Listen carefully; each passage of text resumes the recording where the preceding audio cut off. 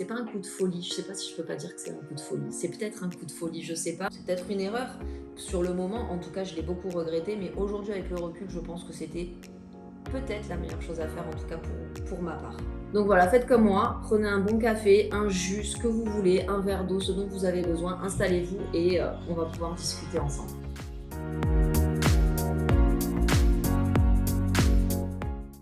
Bonjour à tous, bienvenue sur la chaîne Shabbat chez Chaya, j'espère que vous allez bien, j'espère que vous avez passé une bonne semaine, je suis ravie de vous retrouver aujourd'hui et franchement vu le contexte dans lequel je nous ai mis, j'ai l'impression d'être une institutrice ou une professeure à la fac qui va vous dicter un cours. Alors rassurez-vous, c'est pas du tout le cas, mais aujourd'hui je vais vous filmer en fait une vidéo que vous attendez depuis un petit moment et que vous m'avez pas mal réclamé, la vidéo concernant mon alia, parce que vous avez été, voilà, comme je vous disais, nombreux à vouloir connaître un petit peu les tenants et les aboutissants de comment je suis arrivée en Israël. Alors tout d'abord, je vais expliquer rapidement ce qu'est une alia, ce qu'on appelle l'alia. Le mot alia en lui-même, en hébreu, ça signifie une montée. Et en fait, le fait de faire son alia, c'est le fait de monter en Israël. D'accord? Donc c'est quand on vient d'un pays autre qu'Israël et qu'on vient s'installer en Israël. Il existe des lois qui nous donnent des droits en fait pour pouvoir arriver en Israël du moment que vous justifiez de votre judaïté à un certain degré. Vous avez le droit de venir vivre en Israël. On vous fournit, dès que vous arrivez, une carte d'identité, puis un passeport. Vous avez certains droits, des aides financières pour pouvoir venir vous installer et des facilités également. Et ça, en fait, si vous voulez, c'est quelque chose qui est absolument unique au monde. Il n'y a aucun autre pays qui permet à des gens qui ne sont pas du pays d'origine de venir s'installer chez eux. C'est ce qu'on appelle la loi du retour et qui a été mise en place en fait après la Shoah et une fois que l'État d'Israël a été créé.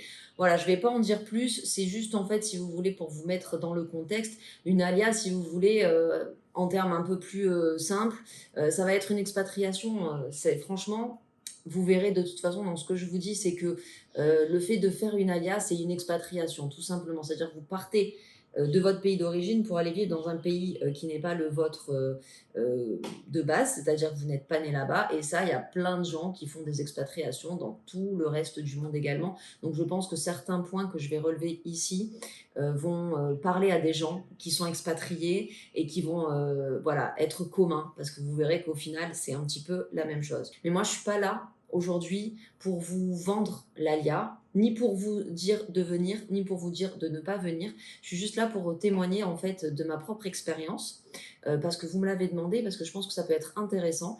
Ça peut être juste parce que vous avez envie un petit peu de savoir comment ça se passe. Ça peut être juste de la curiosité et il n'y a pas de mal à ça. Et ça peut être également aussi un moyen de vous renseigner parce que peut-être vous pensez à l'alia, mais vous avez besoin d'avoir un peu plus d'infos. Donc moi, je vais juste vous donner mon expérience personnelle. Je ne vais pas rentrer dans les détails de qu'est-ce qu'il faut faire et comment, parce que ça serait complètement autre chose.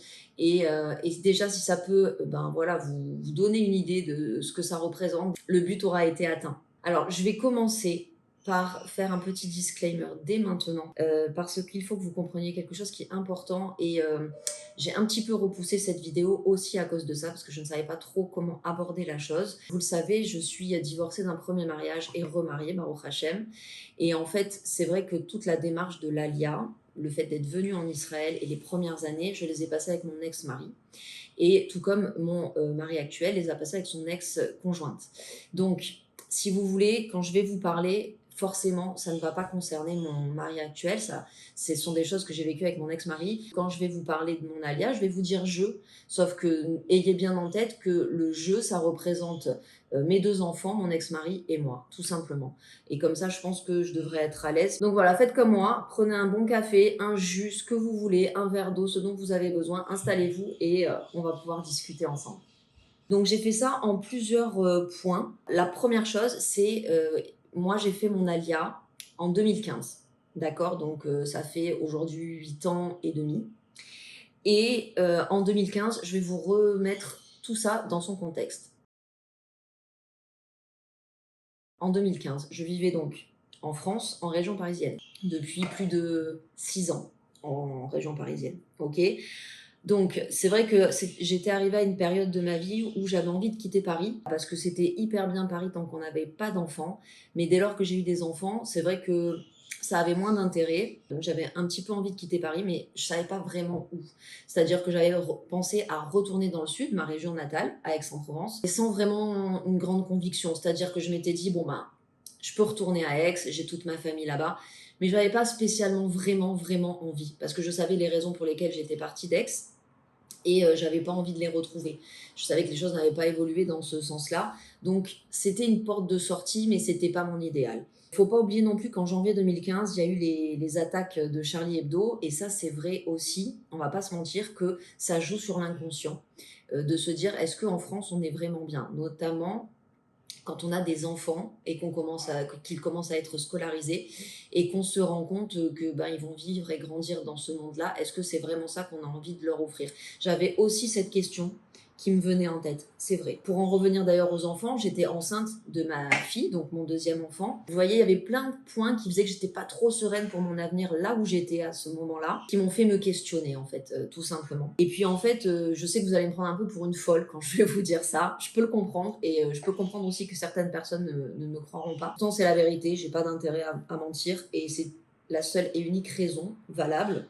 En fait, un matin, je me suis réveillée. En fait, Israël a été dans ma tête comme une révélation, une évidence. Alors, juste pour la petite anecdote, pour remettre les choses dans le contexte, mon ex-mari a toujours rêvé de venir vivre en Israël depuis qu'on se connaissait. Il m'en avait toujours parlé. Et moi, j'ai toujours dit, mais moi, vivante, jamais de la vie j'irai en Israël, jamais. Je parle pas la langue, c'est un pays en guerre, c'est un pays sous-développé. J'avais énormément d'a priori négatifs sans même connaître le pays, il faut bien le savoir. Et j'ai toujours dit ça, que je n'irai jamais vivre en Israël. Et un matin, je me suis réveillée et ça a été une évidence. Et à partir de là, en fait, tout s'est enchaîné et on a préparé notre alia en 4 mois. C'est-à-dire que j'ai dû avoir, entre guillemets, ma révélation dans l'été et donc dans l'été 2015 et en décembre, on est parti. Donc, vous voyez, c'est allé hyper vite. C'est pas un coup de folie. Je sais pas si je peux pas dire que c'est un coup de folie. C'est peut-être un coup de folie, je sais pas, mais en attendant, c'est comme une petite voix qui me disait dans ma tête, c'est là-bas qu'il faut que tu ailles. Et c'est tout, en fait. Cherche pas plus loin.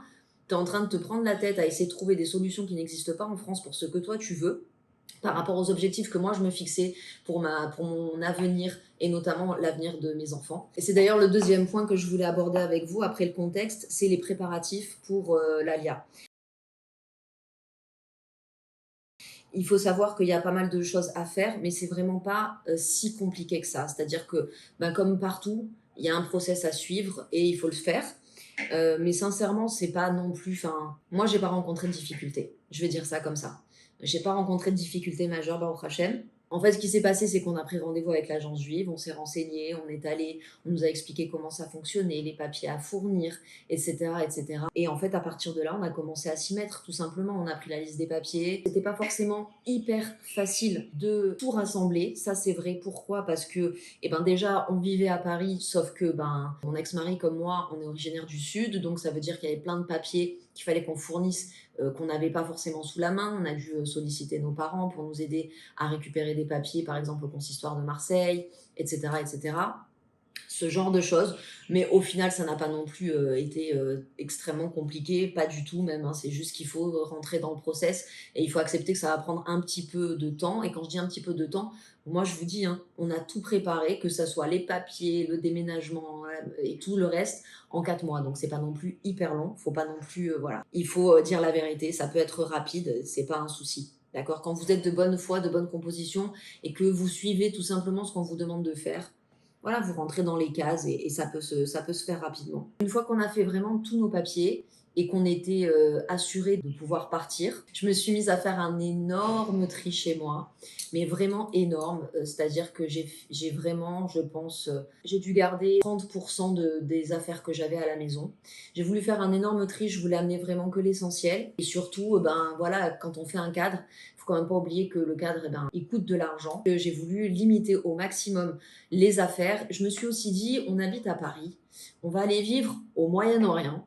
Il va y avoir une sacrée différence de température et c'est vrai que par exemple dans les habits, que ce soit des enfants ou les miens, la plupart c'était des habits d'hiver et forcément bah, c'était pas forcément ce dont j'allais avoir le plus besoin en arrivant en Israël. Donc j'ai fait vraiment un tri dans ce sens-là. Il y a même des choses que j'ai par contre regretté d'avoir un peu trop trié et ça va être par exemple sur tout ce qui est livres, de cuisine, lecture, roman, tout ça, j'ai regretté d'avoir fait un énorme tri parce que ici, ben forcément, vous vous en doutez, on ne trouve pas aussi facilement de livres en français. Mais bon, ça c'est une autre histoire. J'avais en tête de ne prendre vraiment que le strict minimum. Et pareil au niveau des meubles, tous les petits meubles qu'on achète à Ikea, vous savez, qui coûtent vraiment pas cher, je me suis dit mais ça sert à rien de les prendre. Le prix du mètre cube dans le cadre me coûte plus cher que le meuble. Donc on avait vendu à peu près la moitié de nos... Oui, à peu près la moitié de nos meubles, de tout ce qui est petits meubles, vous savez, les petits meubles d'appoint, ce genre de choses. Et on avait gardé vraiment que l'essentiel. Et en fait, ce qui se passe, c'est que quand on est dans notre processus de recherche, de renseignements sur l'ALIA, etc., on découvre un petit peu par hasard la ville de Haïfa. Parce qu'en fait, on se rend compte qu'il y a une alia de groupe qui a été faite à Haïfa quelques mois en fait, avant notre arrivée. Une alia de groupe française, bien sûr. Et qu'il y a également une communauté française, enfin francophone en tout cas, à Haïfa, qui serait prêt à nous accueillir. Alors quand je dis nous accueillir, c'est, vous verrez, je vous expliquerai par la suite.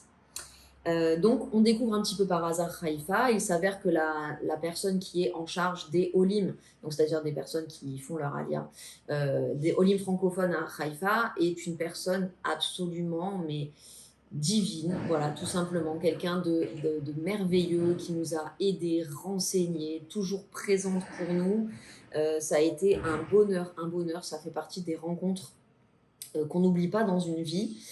Katie, si tu passes par là, je t'embrasse très très fort et je pense sincèrement tout ce que je viens de dire. Voilà, et en fait, c'est vrai elle nous a convaincus en très peu de mots de venir nous installer à Haïfa, alors qu'on ne connaissait absolument pas. Bon, après, il faut savoir que de toute façon, quand j'ai décidé de faire l'ALIA, j'y suis allée vraiment à l'aveugle. Il faut vraiment que je sois honnête sur ça, c'est-à-dire que j'ai rien préparé, à part le fait de préparer le minimum, c'est-à-dire les papiers qui nous sont demandés obligatoirement et faire les valises et le cadre. Pour le reste, je n'étais préparée à rien du tout.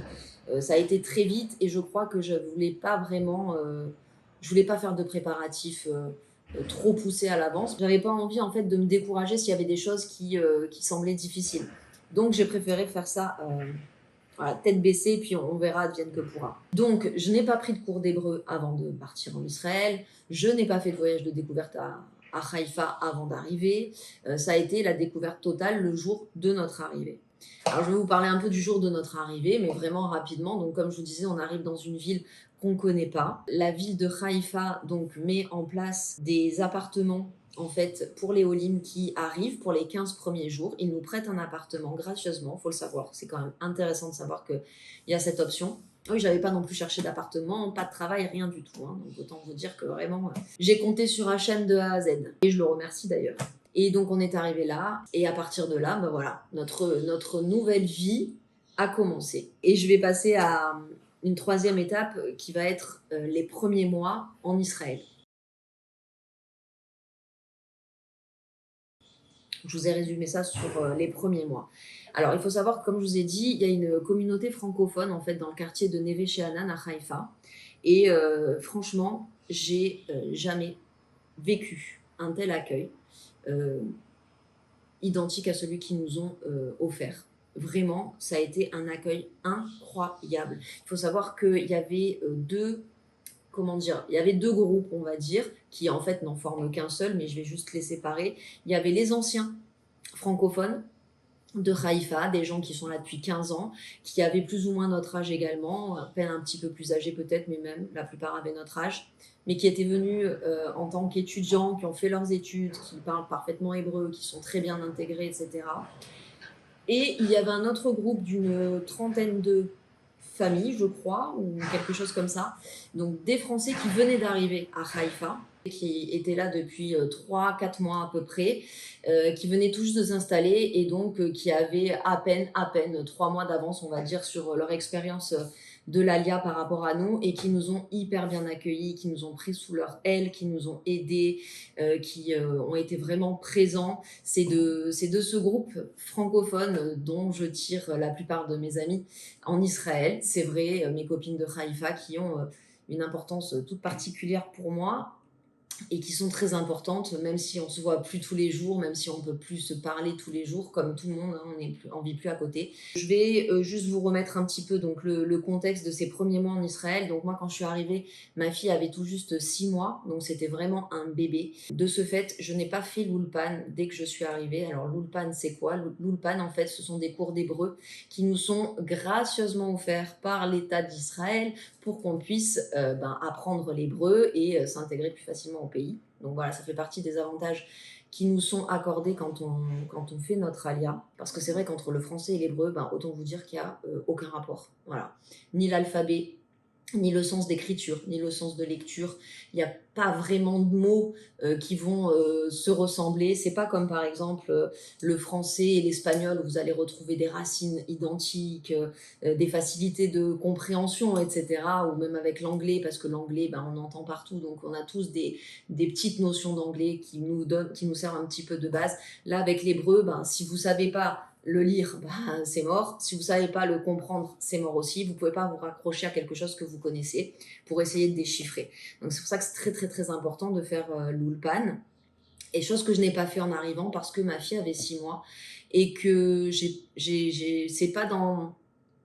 c'est pas dans mes habitudes, c'est pas dans comment dire, c'est pas dans mon état d'esprit que de mettre mes enfants à la crèche, en tout cas pas si petits. Et quand je suis arrivée, donc ma fille avait 6 mois et je n'avais pas du tout envie de la mettre à la crèche pour pouvoir aller à ces cours-là. Donc je n'ai pas fait l'ulpan et j'avoue que ça m'a énormément desservi. Voilà, je vais pas mentir, ça a été pour moi, c'était une évidence que je voulais pas me séparer de ma fille. Et en même temps, je sais très bien que ce choix n'a pas été bénéfique pour moi. Ça a été mon choix de ne pas faire l'ulpan en arrivant. Et ça a été pour moi une très grosse difficulté. Il faut quand même savoir que, certes, je ne parlais pas un mot d'hébreu en arrivant. En revanche, en ayant fait des cours au Talmud Torah quand j'étais en France, quand j'étais enfant, j'avais quand même la chance de connaître, de savoir lire et écrire déjà en hébreu. Voilà.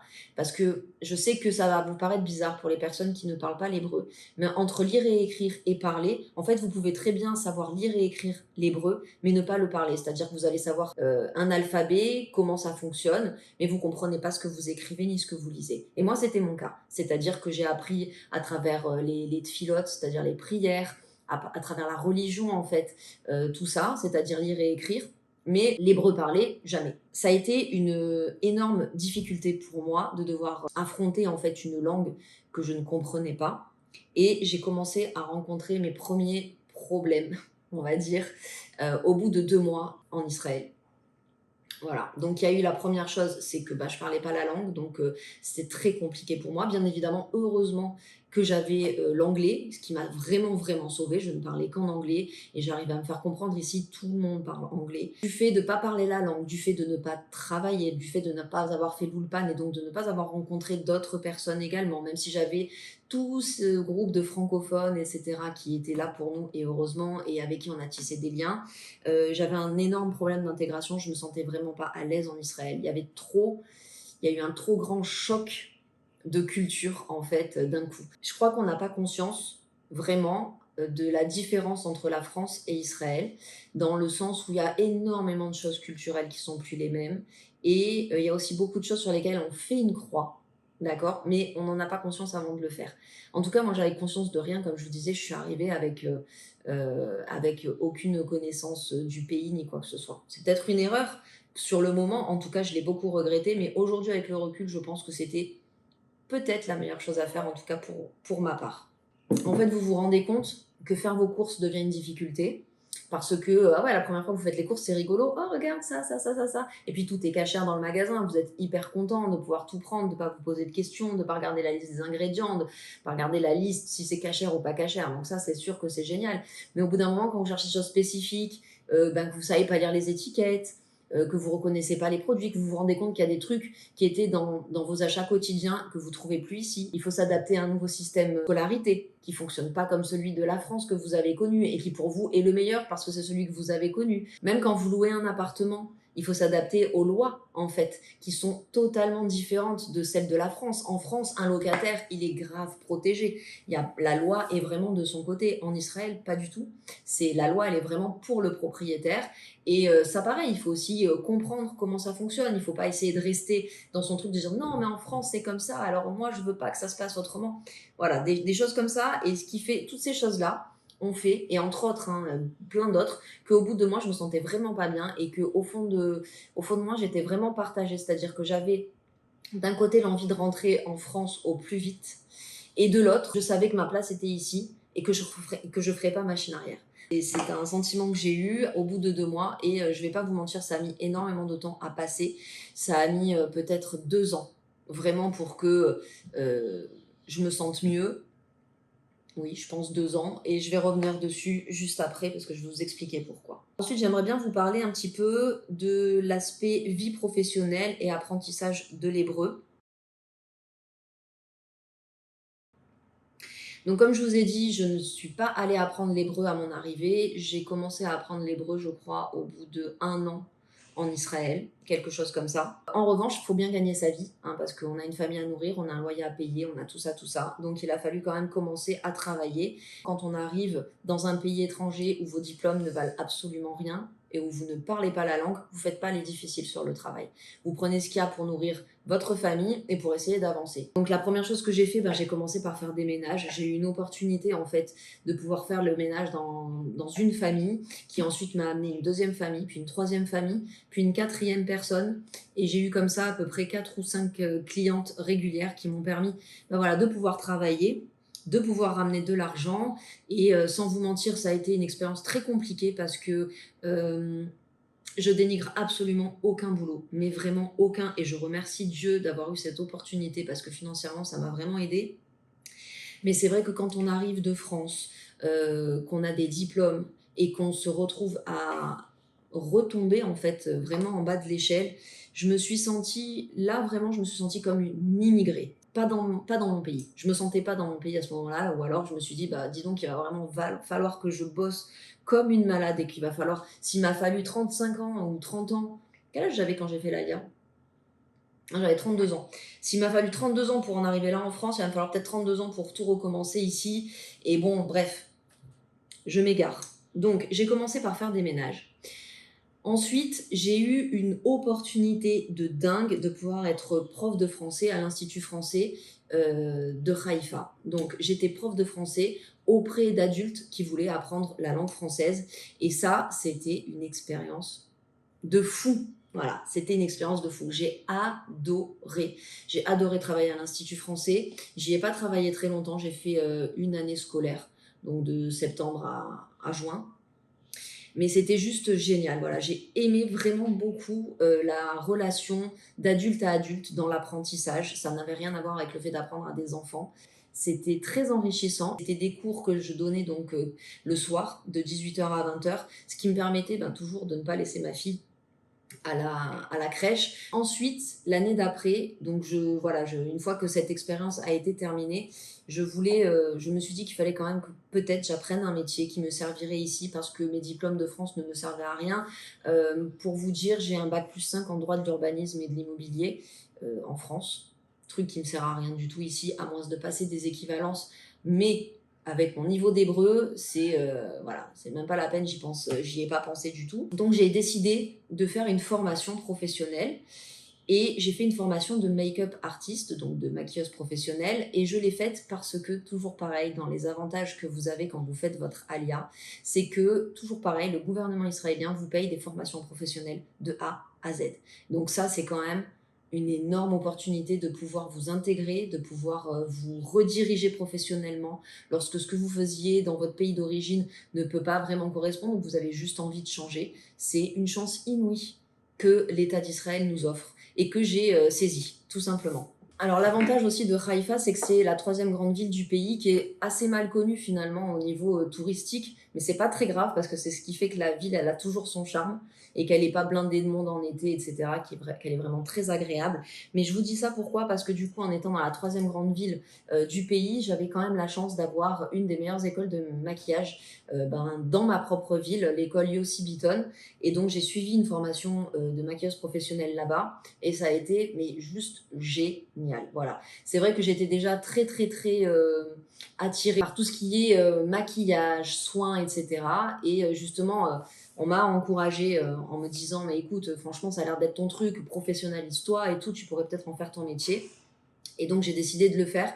La formation, elle a duré, je crois, 6 mois. Et c'était juste génial, vraiment génial. Alors, il faut savoir que j'ai suivi la formation en hébreu, alors que je ne parlais pas un mot d'hébreu. Et donc, ça n'a pas été facile pour moi, vraiment. Mais en fait, ce que je faisais, c'est que quand je rentrais, je prenais tous mes cours et je traduisais tout en français pour arriver à suivre. J'apprenais par cœur. En fait, les termes du maquillage en hébreu pour pouvoir comprendre petit à petit les cours. Après, bien évidemment, la partie théorique n'était pas la plus importante en termes de temps sur la formation parce que forcément on passe surtout à la pratique et c'est là que ben voilà vraiment j'étais très à l'affût de bien vérifier comment la prof faisait ce qu'elle faisait, essayer de retenir les mots qu'elle utilisait le plus souvent pour comprendre. Après elle était vraiment adorable aussi la prof que j'avais, c'est-à-dire que elle prenait toujours le temps de venir me voir pour savoir si j'avais bien compris et elle me refaisait toujours un petit résumé en anglais pour être sûre que j'ai bien compris, etc., etc. Vraiment un amour. Et sans aucune prétention, j'ai quand même fini major de ma promotion, donc je peux dire quand même que je suis assez fière parce que d'avoir suivi des cours dans une langue qu'on ne comprend pas et être la meilleure de sa formation face à 15 autres filles israéliennes qui maîtrisent parfaitement la langue, j'étais pas peu fière, je l'avoue. Ça, c'est ma petite fierté personnelle. Et puis, j'ai tellement, tellement aimé ces cours, vraiment, c'était vraiment top. Après ça, j'ai fait quelques prestations en tant que make-up artiste. Je vous avoue que c'était un petit peu compliqué parce que les horaires auxquels les gens ont besoin de vous pour des maquillages, donc que ce soit soirée, mariée, etc., c'est souvent l'heure où les enfants ils ont fini l'école. Donc, j'avais un peu de difficulté à pouvoir me libérer pour vraiment, vraiment développer mon activité. Mais je le gardais quand même dans un coin, voilà, etc. Et puis bon, c'était une passion que j'avais et que j'ai toujours d'ailleurs, le maquillage, les soins, etc. Ça reste une passion, mais je l'ai un petit peu mise à une échelle plus raisonnable, on va dire.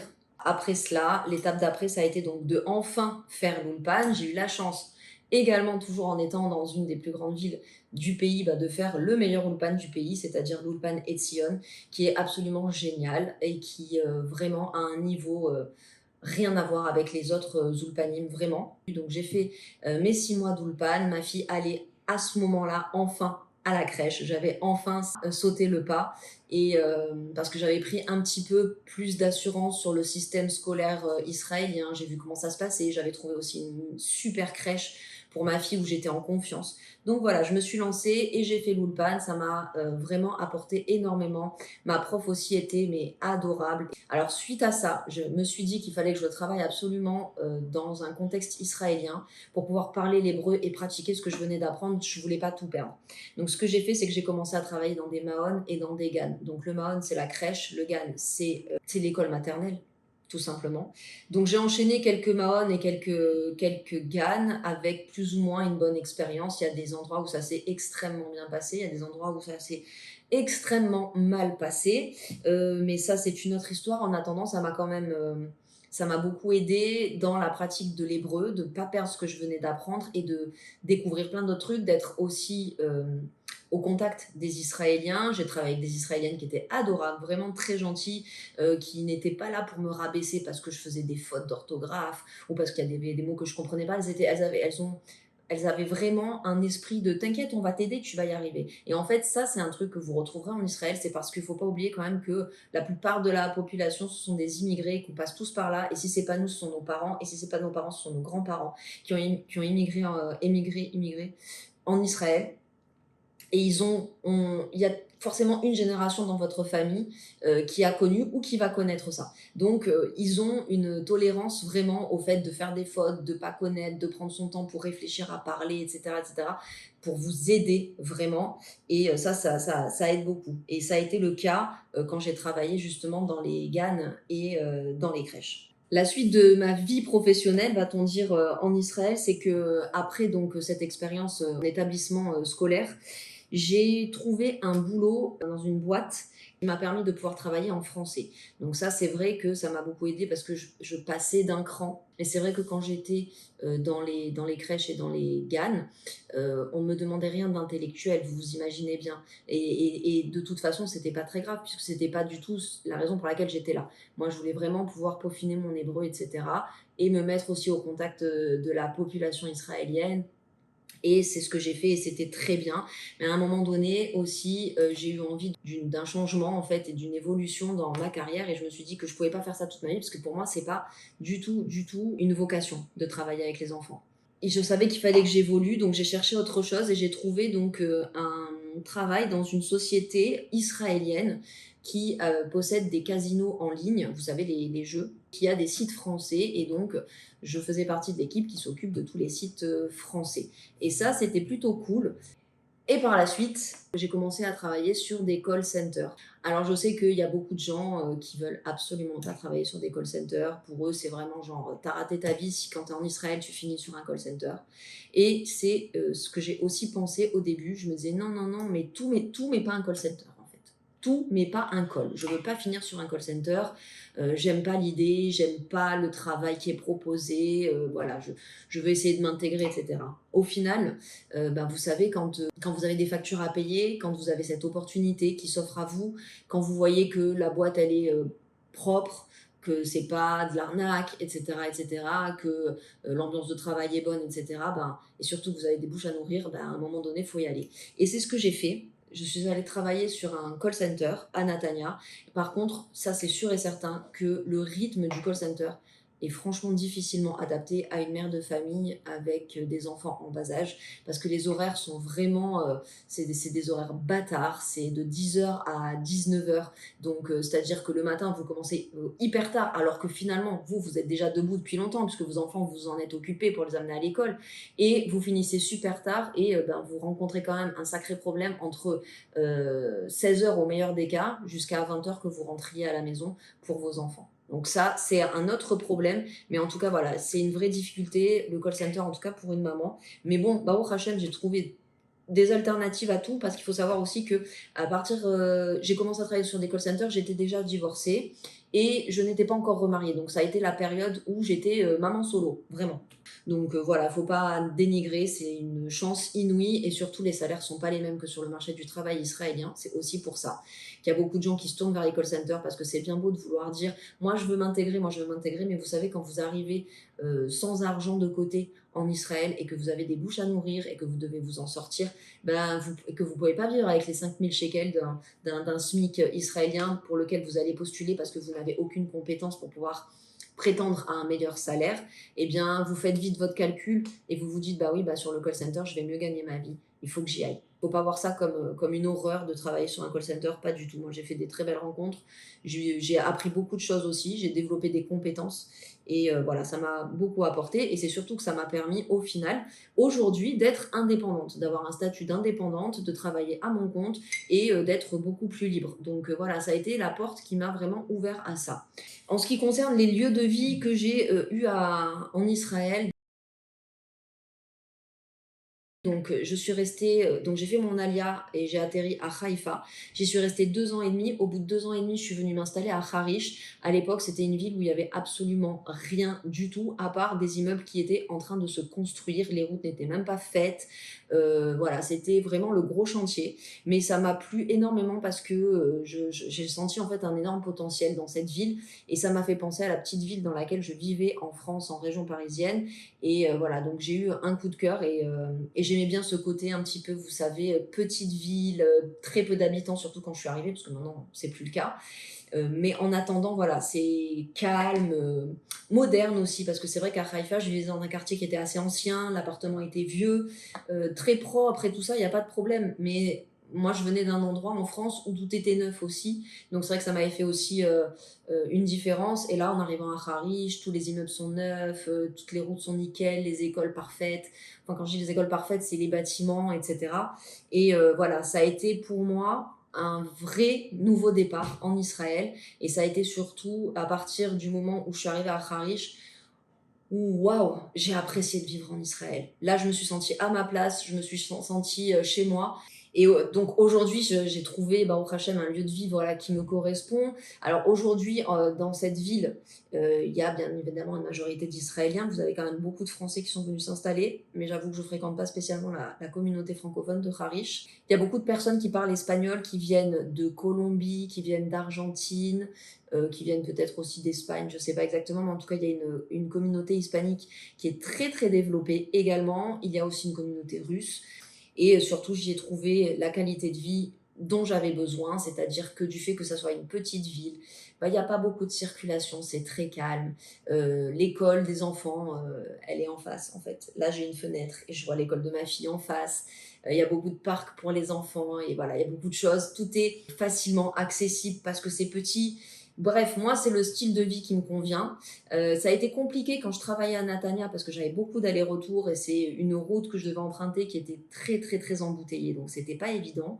Mais j'aimais beaucoup le fait de rentrer chez moi et d'être au calme. Je suis très, très bien ici. Donc, ça, rien à dire. À part merci. Un autre point, ça va être la situation d'aujourd'hui. Donc, comme je vous disais, par rapport à mon lieu de vie, voilà, j'ai trouvé ce qui me correspondait. Et j'ai aussi compris que j'étais pas là pour renier mes origines françaises. Je pense qu'au début de mon alia, ça a été peut-être quelque chose qui m'a fait défaut, c'est-à-dire que il y avait pas mal de gens autour de moi qui me faisaient comprendre que ça y est, j'étais plus en France et que maintenant il fallait que je m'intègre et que ceci et que cela et que presque il fallait que j'efface ma vie d'avant. Et en fait, j'ai compris que non. En fait, j'ai compris que déjà, peut-être que ça correspond à certaines personnes, mais moi ça me correspondait pas du tout à moi. Et moi, je ne souhaite pas renier en fait mes origines françaises. Au contraire, pour moi, c'est une force, c'est une qualité que d'avoir la chance de vivre entre deux cultures, d'avoir peut-être des connaissances complémentaires et supplémentaires. Et voilà, pour ça, j'ai accepté donc de mettre en avant mes origines françaises, même sur le niveau d'hébreu que je peux avoir. Oui, c'est vrai, j'ai pas un super haut niveau, mais sincèrement, dans la vie de tous les jours, je me débrouille très bien, que ce soit avec les maîtresses d'école, à la banque, pour faire mes courses, avec les agents immobiliers quand on cherche un appart. Bref, je me débrouille très bien et ça me suffit largement. Donc ça aussi, je l'ai accepté et ça fait partie des choses que j'ai acceptées, c'est accepter mes lacunes. Donc mes lacunes dans la langue, mais aussi mes lacunes, par exemple, dans le côté culturel. Voilà, on n'est pas les mêmes, que je connaisse pas vraiment parfaitement toute la culture israélienne. Au contraire, j'apprends encore tous les jours et je trouve ça très très bien. J'ai aussi décidé d'accepter que j'avais une intégration en demi-teinte, c'est-à-dire que oui, je suis intégrée parce que mes enfants parlent super bien l'hébreu, parce qu'ils sont dans des écoles israéliennes, parce qu'on vit à l'heure israélienne, vous voyez. Mais c'est vrai que par rapport à la langue et par rapport aux personnes que je fréquente, etc., je suis restée française, vous voyez. Et c'est pas grave en fait. J'ai accepté cette demi-intégration. C'est que j'ai toujours cru qu'en fait, nous les Français, on était les seuls, par exemple, à continuer à parler français avec nos enfants quand on est à la maison, et que toutes les autres personnes qui font leur alia, eh ben, ils font l'effort de parler en hébreu à la maison, mais pas du tout, absolument pas. Je m'en rends vraiment compte encore plus ici à Harish, mais j'entends énormément parler espagnol, j'entends énormément parler russe, d'accord, ou d'autres langues, etc. Et en fait, entre eux, les personnes d'une même famille ou des amis voilà, de mêmes origines parlent leur langue natale et ça ne les empêche pas après de parler en hébreu quand ils ont besoin de parler en hébreu avec des personnes étrangères. Et ça aussi, pareil, je l'ai accepté parce que je l'ai vu d'autres populations. Et je pensais vraiment que genre, il n'y avait que nous les Français qui faisions ça. Et je vous avoue que c'est un petit peu l'idée qu'on m'avait mis en tête de dire oui, les Français, de toute façon, ils veulent pas s'intégrer, ils parlent pas hébreu à la maison, il faut que tu parles hébreu absolument avec tes enfants. Bah non, en fait. Déjà, et d'un, si je parle hébreu avec mes enfants, je vais leur apprendre des choses qui sont avec des fautes. Et deuxièmement, si je leur parle pas français, ils vont perdre leur français. Et pour moi, c'est très important qu'ils gardent leur langue maternelle parce que c'est une force, en fait. C'est un atout, c'est un plus, quoi qu'il arrive. Aujourd'hui, vraiment, vraiment, je ne m'imagine plus vivre ailleurs qu'en Israël. Je me vois plus vivre ailleurs.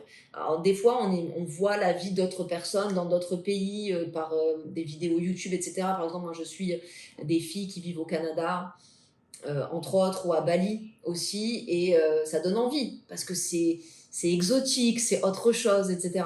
Mais non, moi, ma vie, elle est ici, et je ne pourrais plus vivre ailleurs, c'est sûr et certain. Alors, là, je vais vous délivrer mes petits conseils. si vous souhaitez faire votre alia.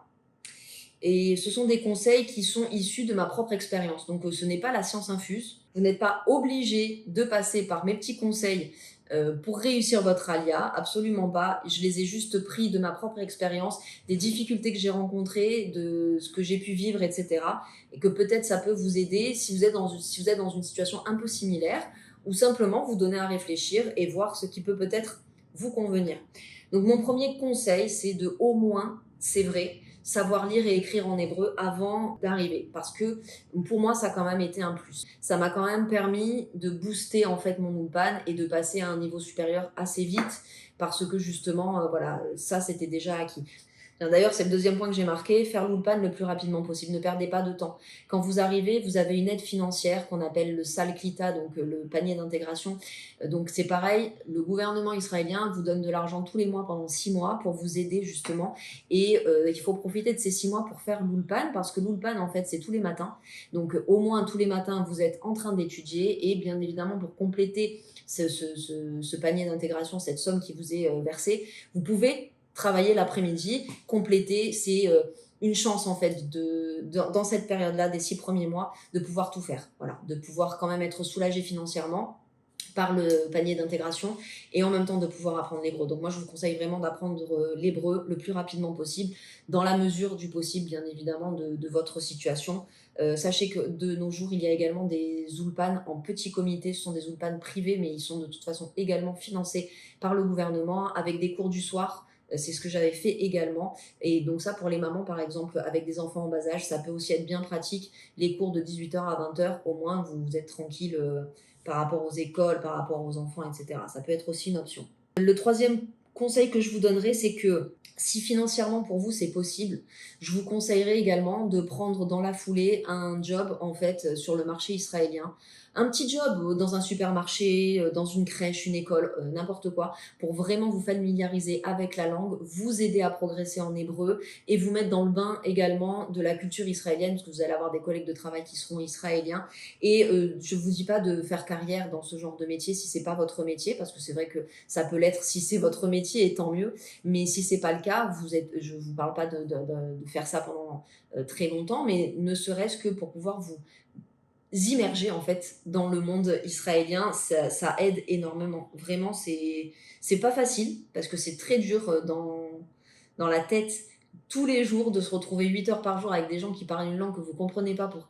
Pour vous, c'est un effort cérébral de comprendre ce qu'ils vous disent, de traduire, de répondre, etc. C'est vraiment pas facile, mais par contre, ça vaut vraiment le coup. Vous en tirez des bénéfices énormes. Autre conseil, c'est ne cherchez pas à devenir à tout prix israélien dès que vous arrivez. Voilà, déjà, votre accent va vous trahir, donc ça sert à rien. Et surtout, surtout, ne reniez pas vos origines, prenez le temps de vous intégrer, d'apprendre, profitez de cette double culture pour en faire une force. Et voilà, il faut conserver ses origines, il ne faut pas essayer de tout mettre de côté, de faire comme si vous n'aviez pas eu de vie avant, pas du tout. Je pense que c'est important de garder ses racines et en même temps de découvrir une autre culture et de s'y intégrer petit à petit. Ça va un petit peu avec mon autre conseil qui est d'accepter qu'il y a des différences culturelles entre votre pays d'origine et Israël, et n'importe quel autre pays d'ailleurs où vous vous expatrierez. Il y a vraiment une différence de culture, il faut l'accepter. Voilà, il ne faut pas se dire que c'était mieux chez vous avant. Dans ces cas-là, retournez-y, j'ai envie de dire. Si vous partez dans un pays étranger, c'est pour accepter qu'il y a des différences. Et la différence culturelle, elle peut être très très forte. Mais quoi qu'il arrive, c'est un choix que vous avez fait de venir dans ce pays.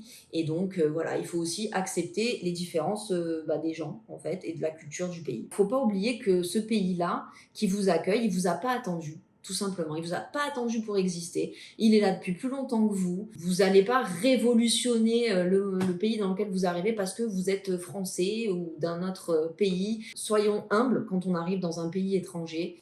Chacun en fait a quelque chose de positif à apporter à l'autre et c'est ça qu'il faut retenir. On va apporter quelque chose, on amène tous notre pierre à l'édifice, ça c'est une évidence. On a des compétences, on a un savoir qu'on va apporter, mais qui va être apporté avec le savoir des autres et ça faut pas l'oublier. Il faut pas cracher sur le pays qui vous accueille. Vraiment pas. Que ça soit Israël parce que vous décidez de faire votre alia ou que ça soit n'importe quel autre pays dans lequel vous décidez de vous expatrier. C'est un pays qui est différent du vôtre et il était là avant vous. Et si vous repartez, il sera là après vous. Bon, je vais vous faire ma conclusion. de cette vidéo qui est assez longue. J'espère que vous êtes restés jusqu'à la fin. En tout cas, si vous êtes restés jusqu'à la fin, vous allez avoir la chance de connaître mes conclusions. Première conclusion, c'est que je pense sincèrement que pour faire son alia, il faut avoir un petit grain de folie. Vraiment.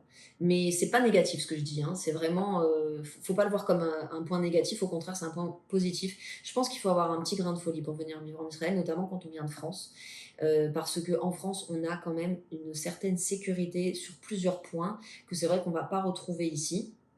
Et que quand on vient d'un pays où on a cette sécurité, je vais revenir sur ce que j'appelle sécurité, eh bien, faut être un petit peu fou pour s'en séparer et plonger dans le grand bain sans bouée de sauvetage, j'ai envie de dire. Alors quand je parle de sécurité, ça va être au niveau du travail. Ici, le CDI, ça n'existe pas vraiment, c'est-à-dire que c'est un peu à l'américaine, du jour au lendemain, on peut vous virer. Alors qu'en France, bon voilà, vous avez un CDI, vous êtes plus ou moins quand même bien tranquille. Au niveau des indemnités chômage, pareil, en France, c'est 2 ans d'indemnité chômage. Ici, c'est 6 mois. Et au bout de 6 mois, si vous n'avez plus rien, vous n'avez plus rien. Il n'y a pas le RSA qui court derrière. Au niveau de la sécurité sociale, on est quand même très bien couvert en Israël, malgré ce que les gens pensent. Mais ça ne vaut quand même pas la sécurité sociale de France, ça, c'est sûr. Mais voilà, je sais que c'est des points aussi qu'on a dans la tête quand on se demande si on va faire notre alia. Oui, mais la sécurité sociale, oui. C'est pour ça que je vous dis, il faut avoir un petit grain de folie, je pense, pour décider de faire son alia, mais c'est un bon grain de folie qu'il faut avoir. Et puis on quitte, on quitte même aussi nos familles, hein, la plupart du temps, pas seulement un confort de vie. On arrive dans un pays très jeune. Israël est un pays qui n'a que 76 ans, il écrit son histoire de jour en jour. Donc voilà, ça fait partie des choses qu'il faut prendre en compte. Mais vous verrez que si vous faites votre alia ou si vous avez fait votre alia, partagez-moi votre expérience parce que ça m'intéresse énormément. Donc en fait, ici, voilà, il faut quand même se rendre compte que tout est absolument différent. La culture, la langue, le système scolaire, l'état d'esprit, la météo n'est pas la même, le monde du travail, tout est différent. Voilà, tout est absolument différent. Et même la semaine, elle commence pas le même jour. Nous, on commence le dimanche. Et croyez-moi que c'est pas facile de s'adapter à cette différence. En fait, il faut vraiment essayer de se préparer psychologiquement à vivre énormément de changements. Voilà, vous voyez, tous les points que je viens de vous aborder, c'est des choses sur lesquelles il va y avoir des changements dans vos vies et il faut juste être prêt à accepter ces changements, à savoir qu'il va y avoir du changement en fait. Et vraiment, la vie n'est pas mieux en France ou mieux en Israël. Elle n'est pas moins bien en France ou moins bien en Israël. Elle est juste différente. Et vous allez avoir plein d'avantages à vivre en France et plein d'avantages à vivre en Israël, mais ce ne sera pas les mêmes. Et les inconvénients non plus ne sont pas les mêmes. Et donc ça aussi c'est pareil, une fois que vous êtes en harmonie avec cette idée de savoir que voilà, il n'y a pas un mieux que l'autre, eh bien vous allez aussi pouvoir réussir mieux votre alia. Toutes ces habitudes et toutes ces choses qu'il va falloir changer, elles ne sont pas propres à Israël. Si vous vous expatriez dans n'importe quel autre pays, il faudra vous habituer également à tout plein de nouveautés de ce genre. Donc n'ayez pas peur, plus particulièrement d'Israël que d'un autre pays, c'est partout pareil. Et vraiment, la dernière chose que je voulais vraiment vous dire, c'est qu'il y a un truc en Israël qu'on a, c'est qu'on a un attachement quasi immédiat au pays, en fait. Dès lors qu'on arrive, on a ce petit truc au fond de nous qui nous dit « Ah ouais, c'est ici, en fait. C'est ici que je dois être. Voilà, c'est ici ma place. » Ça ne veut pas dire qu'on va s'y sentir bien, mais on sait que c'est notre place. Vous voyez, c'est ce que je vous disais quand je vous racontais que pour moi, ça a été très difficile à partir de 2 mois d'alia jusqu'à mes 2 ans d'alia. Donc ça fait quand même très long, 2 ans, où vous ne vous sentez pas forcément bien, c'est pas facile. Mais aujourd'hui, c'est plus du tout le cas. Bref. Et en fait, on a cet attachement avec le pays, on a aussi une grande facilité à développer sa spiritualité, l'aspect de la religion également si on le souhaite. On peut vivre la religion absolument comme on le veut, c'est-à-dire que si on a envie de progresser et d'avancer dans la religion, vous le faites de manière très simple, très facilitée et sans aucun jugement en fait des autres. Si vous n'avez pas envie et que vous êtes bien comme vous êtes, mais il n'y a aucun problème non plus. Voilà, vous avez des personnes de tout niveau de religion, j'ai envie de dire, vraiment dans la rue. Et puis, autre chose aussi, et c'est sur ça que je vais conclure parce que sinon la vidéo va durer 3 ans, c'est qu'en Israël, il y a quelque chose que moi je ne connaissais pas en France, d'accord, et que j'ai découvert ici et dont je ne pourrais plus me passer, vraiment. Et c'est la tolérance envers son prochain. c'est également l'entraide qu'on peut avoir les uns avec les autres et c'est le patriotisme. Voilà. Je ne vais pas mentir, en France, je connais très très peu de gens qui sont fiers d'être français, qui mettent un drapeau de la France sur leur balcon, qui fêtent le 14 juillet pour le sens vraiment qu'il a et non pas juste pour un jour férié, et le bal des pompiers. Et vous voyez, ça, c'est quelque chose que j'ai connu en Israël, le patriotisme, l'amour de son pays. Tu te sens appartenir en fait à ce peuple, et ça, il n'y a que en Israël que j'ai découvert ce sentiment. Et de toute façon, malheureusement, avec la situation actuelle, je pense qu'on le voit encore plus, le patriotisme, comment dire, l'unité du peuple juif. Et ça, c'est vraiment quelque chose qui est juste magnifique. Voilà, tout simplement. Voilà les amis, je sais que j'ai énormément parlé, mais en tout cas j'ai pu aborder tous les points que je voulais soulever aujourd'hui. J'espère vraiment que cette vidéo vous aura aidé à y voir plus clair sur ce qu'est une alia, sur comment ça peut se vivre, sur les difficultés qu'on peut rencontrer, sur tous les points positifs qui peuvent nous attendre. Voilà, tout simplement. J'encourage personne à faire son alia parce que c'est une décision qui se prend de soi à soi, tout simplement, et qui ne peut pas être encouragée par quelqu'un d'autre, ou qui ne peut pas être prise comme décision par quelqu'un d'autre. C'est la décision qui vous appartient à vous, parce que c'est la décision qui changera totalement votre vie. Et bien évidemment, de mon expérience, je ne peux que vous dire que ça la changera en mieux, mais c'est mon expérience à moi, donc il faut que vous fassiez la vôtre pour le savoir. Je ne suis pas non plus là pour vous dire non, non, non, non, restez en France ou restez dans votre pays d'origine. J'ai voulu vraiment juste vous partager mon expérience à moi avec tout ce qu'elle comporte. Et faites-moi savoir si vous faites partie de ces gens qui se questionnent sur l'ALIA, pourquoi pas un jour, quand je serai à la retraite, ou alors pas du tout, Israël, c'est pas fait pour moi. Bref, dans quel état d'esprit vous êtes actuellement? Voilà, écoutez, je vais vous laisser, je vous fais plein de gros bisous, je vous dis à la semaine prochaine pour une nouvelle vidéo.